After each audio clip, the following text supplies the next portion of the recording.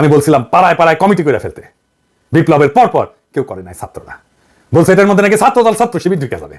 আমি বলছিলাম উপজেলা, জেলা, বিভাগ, তারপরে জাতীয় সমাবেশ করতে, করে নাই।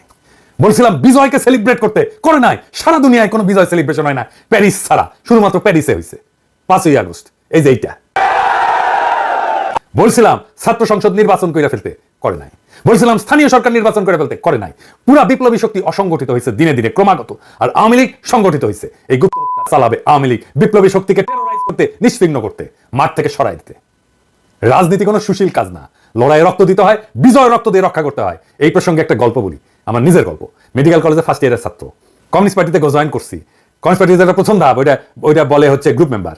তো সেই ধাপে আসি, গ্রুপ মেম্বারদের ট্রেনিং দেওয়া হয়, নানা পড়াশোনা করানো হয়, নানা বিষয়ে পার্টি কালচার ট্রেনিং দেওয়া হয়। এর মধ্যে পড়ানো হইতেছে পার্টির ইতিহাস, সংগ্রামের ইতিহাস, পড়ানো হলো ইলামিত্রের ইতিহাস, নাচলের ইলামিত্র সাঁওতাল বিদ্রোহ করছিল, কিভাবে লড়াই করলো, কিভাবে নির্যাতিত হলো। সেই নির্যাতনের মর্মস্পর্শী ঘটনা বলা হইতেছে যে ইলামিত্রের গরম ঢুকায় দেওয়া হয়েছিল। এবং এই মর্মস্পর্শী বর্ণনা শোনার সময় গাছিরা উঠছে, মনে হয়েছে মাইরা ফেলি ওই দারোগারে। তো এই দারোগা কাজ করছিল, আমি জিজ্ঞেস করলাম ওই দারোগারে কেন খাইয়া দেওয়া হলো না? সবাই হারে করে উঠলো, এই ধ্বংসাত্মক কথাবার্তা। আমি কইলাম যে এটাই রাজনীতি।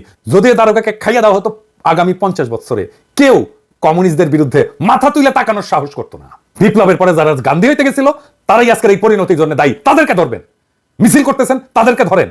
এখনো সময় আছে বিপ্লবীদের মিলিশিয়া করে তোলেন। একমাত্র এইভাবে প্রতি বিপ্লবী সন্ত্রাস রুখে দেওয়া সম্ভব। এই সরকারের কাছে নিরাপত্তা চাইেন না, সরকারকে বাধ্য করেন মিলিশিয়া বাহিনী তৈরি করতে ছাত্রদের দিয়া। বিপ্লব রক্ষা আর আক্রমণ ঠেকানোর আর কোনো রাস্তা নাই, প্রচুর উদ্বৃত্ত তাই দিয়ে মিলিশিয়া বানানো সম্ভব। যদি কেউ দায়িত্ব নিতে না চায়, আমারে দায়িত্ব দেন, অথরিটি দেন, 3 মাসে মিলিশিয়া বাহিনী বানায় দিয়ে আসবো বাংলাদেশে। সলিউশন দিয়ে দিলাম, সরকারকে বাধ্য করেন। এভাবে বিপ্লব শুধু না, বিপ্লবীদের জীবন রক্ষা পাবে। ইনকিলাব জিন্দাবাদ।